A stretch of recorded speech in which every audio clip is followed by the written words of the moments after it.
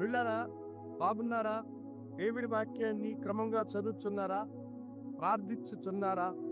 నేటి ధ్యాన వాక్యము 1 కీర్తన 1 వచనం. దుష్టుల ఆలోచన చొప్పున నడవక, పాపుల మార్గమున నియక, అపహాసకులు కూర్చుండు చోటను కూర్చుండక. మనిషి జీవితంలో చేయవలసినటువంటి 3 కార్యములను గురించి ఇక్కడ భక్తుడైన దావీదు చెప్తున్నా. నడవక, కూర్చుండక, నిలవక అని అంటున్నారు. మనిషి జీవితంలో ప్రతి మనిషి కూడా నడవాలి, కూర్చోవాలి, నిలుచోవాలి. ఇవి లేనిదే మనిషి జీవితంలో ఏ పనిని మనము కొనసాగించలేము. ఎక్కువసేపు నిలబడలేము, ఎక్కువసేపు కూర్చొనలేము, ఎక్కువసేపు నడవలేము. అయితే ఈ 3 చేయకూడదని అంటున్నా. ఏమిటా 3? దుష్టుల ఆలోచన చొప్పున నడపు. దుష్టుడు ఇచ్చే సహాలను మనం అనుసరించి వాటి ప్రకారము మనము నడపు. అపహాసకుడు కూర్చుండు.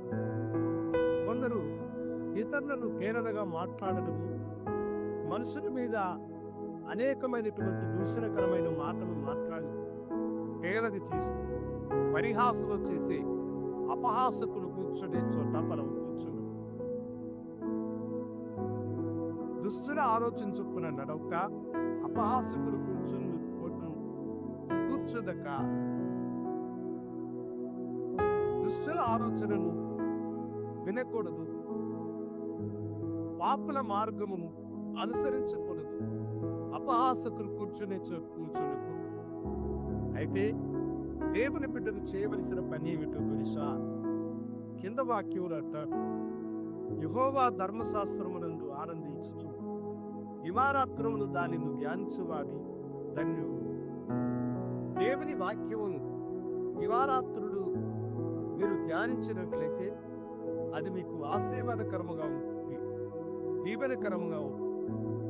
దుర్మార్గుల ఆలోచన మనల్ని తప్పు మార్గంలోనికి నడిపించి పాపంలోనికి నెక్కుతుంది.